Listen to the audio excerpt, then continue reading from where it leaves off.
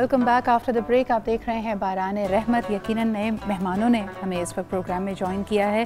Doctor अजीज़ुद्दीन साहब हमारे साथ मौजूद हैं, जो कि director thalassaemia and blood management department में हैं एट द फातमीद फाउंडेशन। इसके अलावा जी तानिया जहांगीर हमारे साथ मौजूद हैं, हुज़ अ कंसल्टेंट ट्रेनर।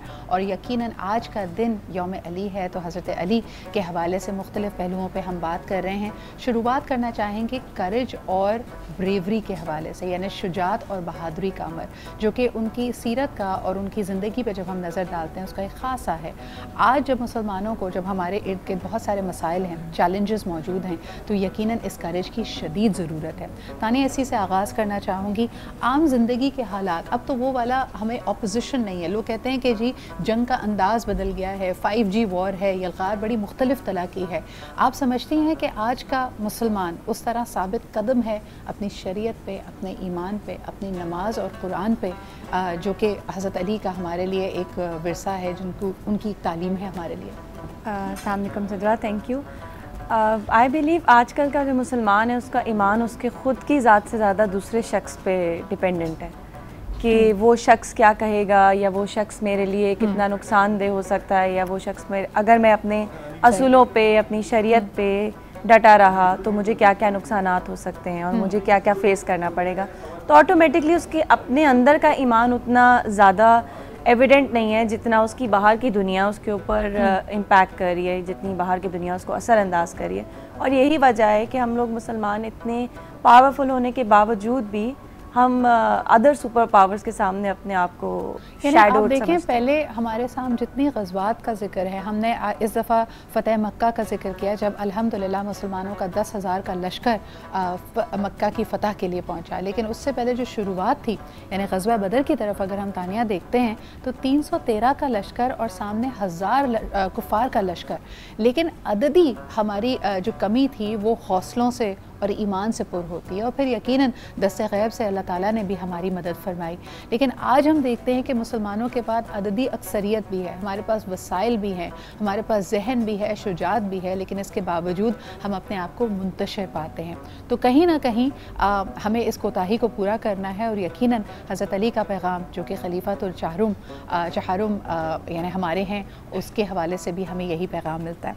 आगे बढ़ते हैं जी। और ख़ास तौर पर जब बात की जाती है सर्विस की, हमारे पास बहुत सारे ऐसे इदारे हैं जो अपने तवस्सुत से अपना अपना हिस्सा डाल रहे हैं माशरे की बेहतरी के लिए। फातमीद फाउंडेशन, फातमीद हॉस्पिटल भी यकीनन उसी में इनका शुमार होता है, one of Pakistan's foremost blood banks. और यकीनन हमने गुज़िश्ता साल में देखा कि साल 2020 में जब कोविड आया तो बड़ी मुश्किलात आई, ब्लड डोनेशंस कम हो गई, लेकिन अब अल्हम्दुलिल्लाह एक दफ़ा फिर लोग आगे बढ़कर खून का अतिया देते हैं। इस प्लेटफॉर्म से और रमज़ान की बरकत से एक दफ़ा फिर आपसे यही अपील करना चाहेंगे कि ये मेहनत का, सर्विस का ये जो जज्बा है, इसको इसी तरह जारी और सारी रखें। डॉक्टर अजीज़ुद्दीन, आपसे पूछना चाहूँगी इस वक्त क्या सूरत हाल है, खुसूसन अगर हम थैलेसीमिया के पेशेंट्स के लिए खून के एहतियात की बात करें? इस वक्त पहले जो लॉकडाउन था उससे अभी हालात काफ़ी बेहतर हैं, लेकिन अब भी क्योंकि लॉकडाउन अभी भी चल रहा है, क्योंकि दुकानें वगैरह सारी अभी भी 6 बजे बंद हो जाती हैं, तो इसलिए कि हमें ब्लड कलेक्शन करने में काफ़ी मुश्किलात होती हैं, क्योंकि सारे इंस्टीट्यूट वगैरह सारे बंद हैं अभी, कॉलेजेस वगैरह, और जो इंडस्ट्रियल वगैरह एरिया हैं वहाँ भी हम जाते हैं तो वो कहते हैं कि SOPs का मसला है, तो वहाँ पर कैंप्स वगैरह नहीं लग रहे हैं। लेकिन अल्हम्दुलिल्लाह अभी भी लोगों में इतना शौक़ है कि वो आके ब्लड दे के इनकी ज़रूरत को पूरा करते हैं। लेकिन जितनी मतलब हमारी रिक्वायरमेंट है अब वो पूरी नहीं हो रही, अभी भी पूरी नहीं हो रही, क्योंकि हमें डेली मतलब 120 पॉइंट्स ब्लड चाहिए इन बच्चों को ट्रांसफ्यूशन करने के लिए। अच्छा अजीज़ुद्दीन साहब, कुछ चीज़ें मैं अपनी मालूमात के लिए जानना चाहूँगी कि कुछ ब्लड ग्रुप्स बहुत रेयर होते हैं, और बैरून मुमालिक में कहा जाता है कि अगर आप मिसाल के तौर पे O नेगेटिव हैं या B नेगेटिव है या कोई इस तरह का जो ज़्यादा कॉमन ब्लड ग्रुप ना हो, तो आप कोशिश करें कि अपने करीबी हस्पतालों को, यानी इंटरनेशनल प्रैक्टिस ये है कि आप उनको बता कर रखें कि खुदा न खासा in the case of emergency आपको फ़ौरी तिब्बी इमदाद दी जाए। हमारे यहाँ आप क्या देखते हैं कि कौन से ब्लड ग्रुप्स बहुत नायाब हैं? जैसे सारे नेगेटिव ग्रुप जितने भी हैं वो सारे नायाब होते हैं। इसमें सबसे ज़्यादा जो है AB नेगेटिव जो है बहुत कम होता है, रेयर ग्रुप होता है। फिर उसके बाद A है, B है, O नेगेटिव ग्रुप जितने भी हैं वो सारे नायाब हैं, क्योंकि नेगेटिव ग्रुप में हासिल करना काफ़ी हमें मुश्किल पड़ता है ट्रांसफ्यूजन के लिए, मतलब उनको ब्लड मिल नहीं सकता है। लेकिन पॉजिटिव जो है वो इजीली मिल जाता है। सही। लेकिन नेगेटिव में काफ़ी मतलब मुश्किलात होती अच्छा, है। ओ पॉजिटिव को यूनिवर्सल ब्लड ग्रुप भी कहा जाता है कि अगर कुछ ना मिले तो यूनिवर्सल उसको डोनर कहते हैं जी, कि ये जो ग्रुप ऐसा है कि सब ब्लड को जितने भी पॉजिटिव हैं ग्रुप हैं उनको मतलब ट्रांसफ्यूज कर सकते हैं, लेकिन नेगेटिव को नहीं कर सकते हैं ट्रांसफ्यूज। सही। इस तरह ए बी जो है, ए बी पॉजिटिव जो है वो है रिसिपिएंट है, वो सब के मतलब जितने भी ग्रुप से उसको मतलब ले सकता है, लेकिन ये जो ब्लड मतलब ट्रांसफ्यूज होगा सिर्फ वो ए बी को ही होगा। सही सही। तो इस तरीके से ये वो रिसिपिएंट होता है, वो यूनिवर्सल डोनर है। बिल्कुल। तो जिस तरह आपने बाहर की बात की, बाहर तो ये सिस्टम है कि जो नायाब ग्रुप हैं, जैसे बॉम्बे ग्रुप है, आपने सुना होगा, काफ़ी मतलब मुश्किल से मिलता है, क्योंकि वो अगर आप उसको ग्रुपिंग करेंगे तो ओ पॉजिटिव होगा, लेकिन जब ओ पॉजिटिव से आप क्रॉस मैच करेंगे तो क्रॉस मैच कंपेटेबल नहीं होगा। ऐसे ग्रुप जो है वहाँ पर बाहर के ममालिक में जो है इसको फ्रोज़न किया जाता है, और जब भी ऐसी ग्रुप ज़रूरत होती है वो फ्रोज़न मतलब उसको फिर मेल्ट करके मतलब विदिन 8 आवर्स मतलब वो ट्रांसफ्यूजन किया जाता है। अजीज़ुद्दीन साहब, हमें ये भी गाइड कीजिएगा कि इस वक्त की जो सूरत हाल है, आगही का क्या लेवल है? थैलेसीमिया के बारे में तो काफ़ी लोगों की आगही है, लेकिन इसके अलावा क्या ब्लड डिसऑर्डर्स होते हैं? इसके अलावा और थैलेसीमिया के अलावा एक हेमोफीलिया बीमारी है, जिसमें ये कि उनमें जो ब्लीडिंग जो डिसऑर्डर होते हैं, जिसमें कहीं कट वगैरह लग जाए तो उनकी ब्लीडिंग स्टॉप नहीं होती, और में फैक्टर 8 या फैक्टर 9 की डिफिशेंसी होती है।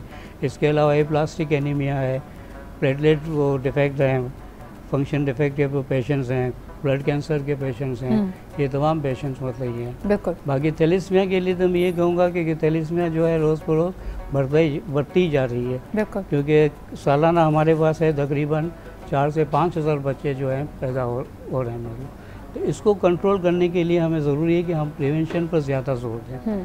अगर प्रिवेंशन अगर हम नहीं करेंगे तो ये बीमारी नहीं रुक सकती। तो इसके लिए कि इसका बेहतरीन तरीका ये है कि शादी से पहले आप अपनी स्क्रीनिंग कराएं, और ये हमने कई हमारे मेहमानों के साथ इसको रीइटरेट किया है। यकीनन इससे एक मुमकिना बीमारी को, एक बच्चे की मुश्किल को प्रिवेंट किया जा सकता है। तो मेरे ख्याल में जब साइंस और टेक्नोलॉजी आपके पास अवेलेबल है, उससे इस्तेफादा हासिल करना चाहिए। बहुत बहुत शुक्रिया डॉक्टर साहब हमारे साथ मौजूद होने के लिए।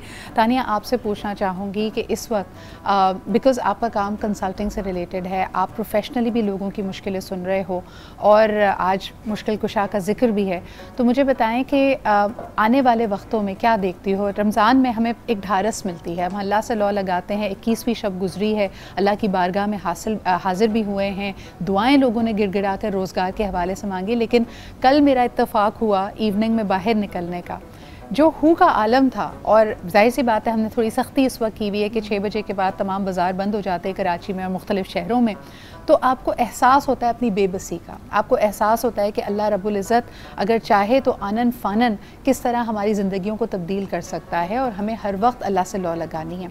इस वक्त लोग कितने मायूस या पुरुमीद आपको लग रहे हैं?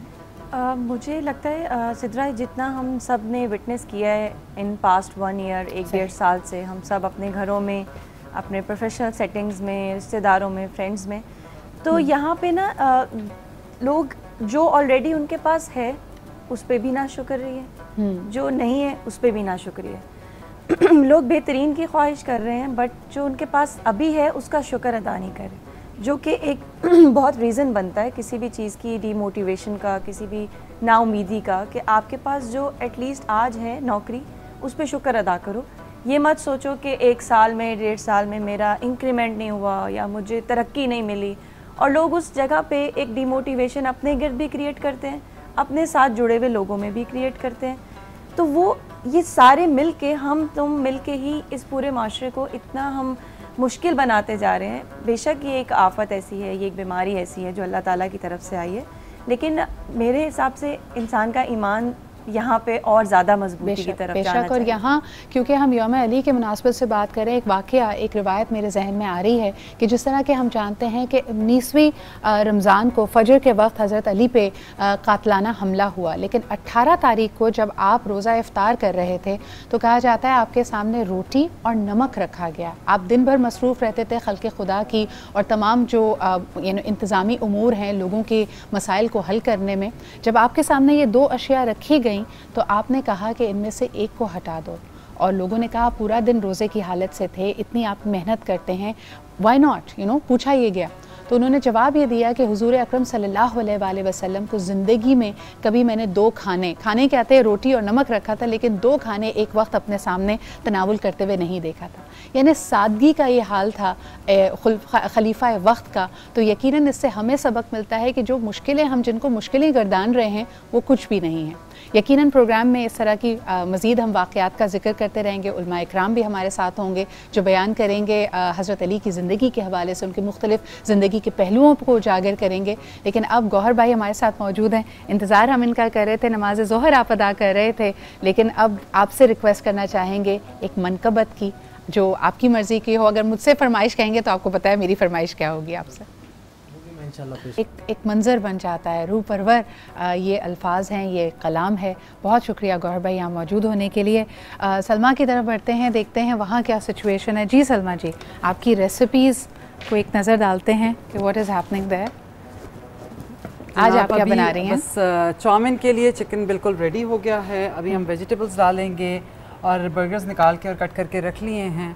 तो फहीता बर्गर हैं आपके लिए, चाउमीन है और इसकी रेसिपी है। बस इतनी सी बात कहूँगी आज के दिन के हवाले से, अगर हम इस बात को समझ जाएं कि हमें अपना अंदर साफ़ करना है और नीयतें साफ़ करनी है। और एक लफ्ज़ जो मैंने सुबह ही आज किसी ने पोस्ट किया वो ये था कि अगर कोई तुमसे नाराज़ है और शायद उसको ये गरूर है कि तुम उसे मनाओगे, तो उसका गरूर टूटने मत दो, मतलब पहल करो। तो बाय द टाइम जब मैं निकल रही थी तो मैंने यही बात सोची, मैं कहा नहीं, हम क्या करते हैं कि अच्छा फलां नाराज़ है, हम क्यों पहल करें, वो बड़ा होगा, अपने घर में होगा, या मैंने गलती नहीं की। तो अपनी गलती हो या ना हो, आगे पहल कर देने से कोई बड़ा छोटा नहीं हो जाता। अच्छा, एक रिश्ते रह जाते। बड़ी खूबसूरत बात आपके कहने से मुझे मौला अली का एक कौल याद आ रहा है कि इंसान अपनी फितरत, यानी उसका मफहूम ये निकलता है कि अपनी फितरत और अपने ज़र्फ़ के मुताबिक दूसरों से डील करता है। वरना बारिश का वही कतरा सीप के अंदर गिरता है तो मोती बन जाता है, और सांप के मुँह में गिरता है तो जहर बन जाता है। तो आपका अपना ज़र्फ़ और अपना जो एक इनर सेल्फ है वो बड़ा इंपॉर्टेंट होता है, और उसी को पाक करने की सारी जंग है। आज जब हम जिक्र कर रहे हैं सलमा जी, बात हो रही है हज़रत अली की और उनका यौम शहादत है, तो आप सोचें 19वीं शब को, यानी जब फजर में आप मस्जिद कूफा जाते हैं तो इब्न मुलजिम सोया पड़ा है बदबख्त वहाँ पे, अपने कातिल को भी नमाज के लिए जगाया गया। तो यानी हम जो ये एतराफ़ करते हैं या ये दावा करते हैं हज़रत अली करमल्लाहु वजहू से अपनी अक़ीदत का, सबसे पहले तो नमाज का दामन हमें थामना है और उसका साथ बनाए रखना है। एक छोटा सा ब्रेक लेते हैं, प्रोग्राम को इसी तरह आगे बढ़ाएंगे, हमारे साथ रहिए।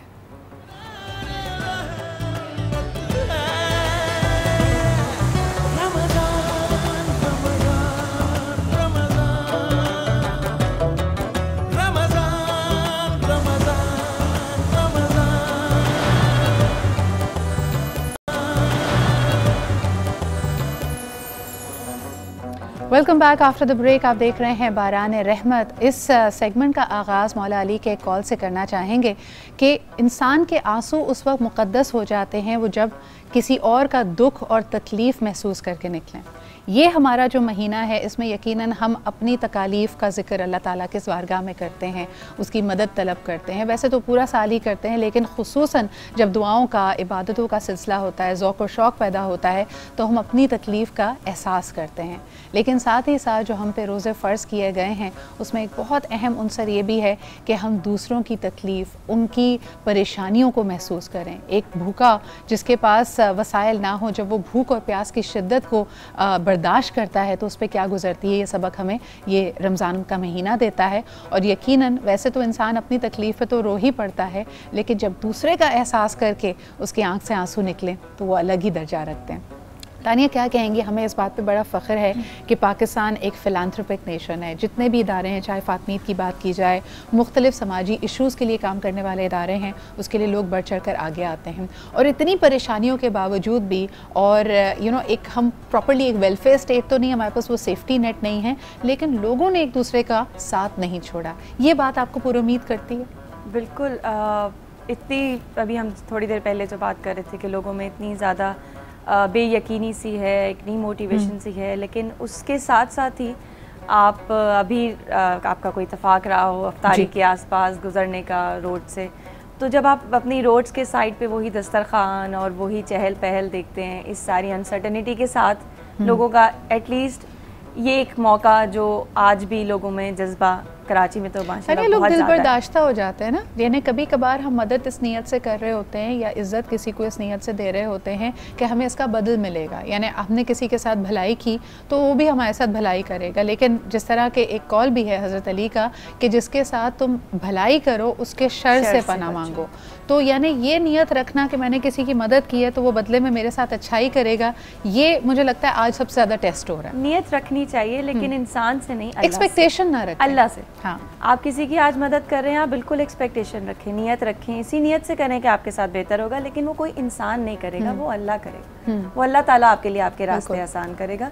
एक इंसान तो एक दूसरे इंसान को मुस्कुरा के बात कर ले, यही बहुत है, इससे आगे की तो बस आप छोड़ दें। बिल्कुल कि हम लोग मदद कर रहे हैं और हम सोशल मीडिया पे डाल रहे हैं और सेल्फीज बना रहे हैं, और इस मदद ये सोच के नहीं करें कि मेरे दोस्तों में, मेरे सोशल सर्कल में कितना मैं बड़ा इंसान बन जाऊँगा।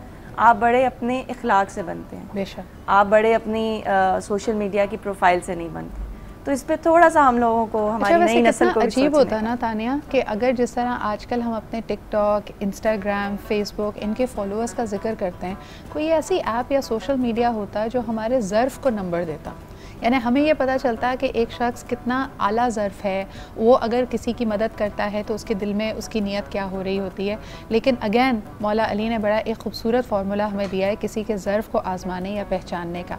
उन्होंने कहा किसी का ज़र्फ़ आज़माना हो तो उसको इज़्ज़त दे के देखो, अगर आला ज़र्फ़ होगा तो आपको भी इज़्ज़त देगा, आपके साथ भी बहुत अच्छा रवैया रखेगा, लेकिन अगर कम ज़र्फ़ होगा तो उसको अपना हक़ समझेगा कि भाई मैं तो डिज़र्व करता था। और आजकल हमारे इर्द गिर्द बहुत सारे आपको लोग नज़र आएंगे जो टेंट्रम थ्रो करते हैं, उनको एक ख़ास रवैया और एटीट्यूड उनको ना दिया जाए, उनको प्रोटोकॉल ना दिया जाए तो काफ़ी परेशान हो जाते हैं। आपका कभी ऐसे लोगों से वास्ता पड़ा जिनको प्रोटोकॉल ना दिया तो परेशान हो गए या नाराज़ हुए? बिल्कुल बिल्कुल, और आपको ये महफिलों में भी, अपने सर्कल्स में भी ये चीज़ बहुत कॉमन नज़र आएगी। और लोग जो किसी को इज़्ज़त दे रहे होते हैं, वो ये सोच रहे होते हैं कि अब मैं इस शख्स के लिए बहुत बड़ा कोई इंसान बन गया हूँ और मैं अब इस पे, अब मेरे इसके एंड पे कुछ गिविंग एंड टेकिंग एंड पे आ गया हूँ, मुझे चाहिए इससे। लेकिन मेरे ख्याल से इंसान अपनी इज़्ज़त जो है वो किसी भी जगह पे कह के नहीं बनवा सकता। बेशक, आपके एटीट्यूड होता है, आपकी पर्सनालिटी होती है, आप कितने गिवर हो, आप लोगों को किस तरह से ट्रीट करते हो, वो ऑटोमेटिकली आपको गिव बैक करेंगे। बिल्कुल, और इन टर्म्स ऑफ रिस्पेक्ट करेंगे। तो इससे ज़्यादा तो मेरा नहीं ख्याल कि कोई चीज़ आपके लिए अहम हो सकती है कि आपको लोग कहे बगैर इज्जत दें, बिल्कुल डर से नहीं। और मेरे ख्याल में जब हम बात करते हैं ना प्रोटोकॉल्स की, तो जैसे कॉर्पोरेट वर्ल्ड का तानिया और मैं नोट्स एक्सचेंज कर रहे थे, कई दफ़ा आप कॉन्फ्रेंसेस में जाएं तो जो स्पीकर्स का ऑर्डर होता है किसको कहाँ बिठाना है, यानी कभी कभार आपको हंसी भी आती है, आपको हैरानगी भी होती है कि बड़े बड़े पाए के लोग जिनके पास आप समझते हैं कि बहुत एक्सपोजर है, उन्होंने दुनिया देखी है, वो ज़रा सी एक बात उनकी अना को ठेस पहुँचा देती है कि मुझे हेड टेबल पर क्यों नहीं बिठाया, मुझे आगे क्यों नहीं बुलाया, मेरे ऑर्डर में इसको पहले तकरीर करने को कहा और मुझे बाद में तकरीर करने को कहा। कांच की ईगो है, बिल्कुल सही कह रही हैं। तो तानिया इसको हैंडल कैसे करती हैं, उस वक्त अपने आप में नज़्म ज़ब्त कैसे लेके आती हैं?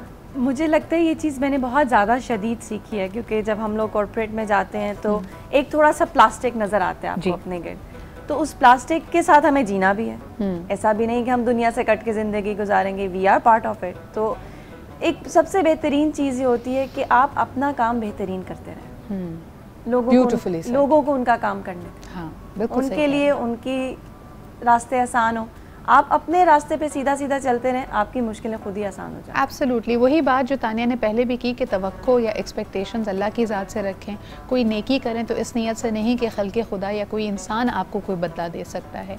इनफैक्ट ये जो आखिरी 10 अयाम है रमज़ान के, इसकी तरफ भी आना चाहूँगी, ये भी हमें यही पैगाम देते हैं। और कई दफ़ा मैंने देखा है कि लोग अगर ज़रा से स्लिप होते हैं ना, ये बिल्कुल आपकी डाइट की तरह है कि अगर आप डाइटिंग कर रहे हैं तानिया और आपने एक दिन चीट डे किया और उसके बाद आपका वो नज़्म ज़ब्त, आपका डिसिप्लिन ख़त्म हो गया, तो आप कहते हैं भाई देखी जाएगी। और इसी तरह कई लोग ऐसे हमारे इर्द गिर्द होंगे जिनके लिए ये 20 दिन शायद किसी और वजूहात की वजह से, मसरूफ़ियत की वजह से, वो जितनी इबादत करना चाहते थे, जैसे अल्लाह ताला से अपना राब्ता रखना चाहते थे, वो नहीं कर पाए। तो यकीनन उनके दिल में ये मलाल होगा और उन्हें कहा जी अगले रमज़ान देखेंगे। अभी भी अल्लाह ताला ने आपको ये रहमतों बरकतों का अशरा दिया है जिसमें दोज़ख से निजात आप हासिल कर सकते हैं। कल शब यानी जो गुजरी हुई शब है वो पहली ताक रात थी, और यकीनन इसके हवाले से भी मुख्तलिफ़ मसनून दुआएँ हैं, अमलियात आयात हैं, मुजरब दुआएं हैं जिनको पढ़कर आप अल्लाह ताला से लौ लगा सकते हैं और बख्शिश कर सकते हैं। इसमें एक बहुत ही खूबसूरत दुआ जिसमें हम यकीनन लैलतुल क़द्र का ज़िक्र देखते हैं, सूरह क़द्र है, और उसमें बार बार इंसान को ये कहा जाता है और तुम्हें क्या पता कि लैलतुल क़द्र क्या है। हम में से कई लोग उसका अंदाज़ा लगाते हैं, लोग बात करते हैं जी 1000 महीनों से बेहतर है, तो वो कितनी रातें बनी, इतनी रातों में तो इंसान का करना यानी इबादत करना शायद मुमकिन नहीं है। लेकिन अहम बात यह है कि आज जिस तरह हम चीज़ों को आगे लेके चल रहे हैं, अभी भी 4 अल्हम्दुलिल्लाह ताक रातें, और ये बाय द वे कहा बुज़ुर्गों के लिए गया था जो शायद 10 रोज़ 10 रातें 10 शब क़याम नहीं कर सकते थे। आपके और मेरे सेहतमंद लोगों के लिए जिनको अल्लाह ताला ने सेहत, हिम्मत, ताकत दी है, शायद हमें जो लैलतुल क़द्र की तलाश है वो तमाम रातों में करनी चाहिए। बहुत बहुत शुक्रिया डॉक्टर अज़ीज़ुद्दीन हमारे साथ मौजूद थे, तानिया हमारे साथ मौजूद थी। एक छोटा सा ब्रेक लेंगे, ब्रेक के बाद हाजिर होंगे उलमा इकराम के साथ, और यकीनन आज ताक रातों का जिक्र, आखिरी अशरे का जिक्र और यौम शहादत अली का जिक्र होगा। हमारे साथ रहिए।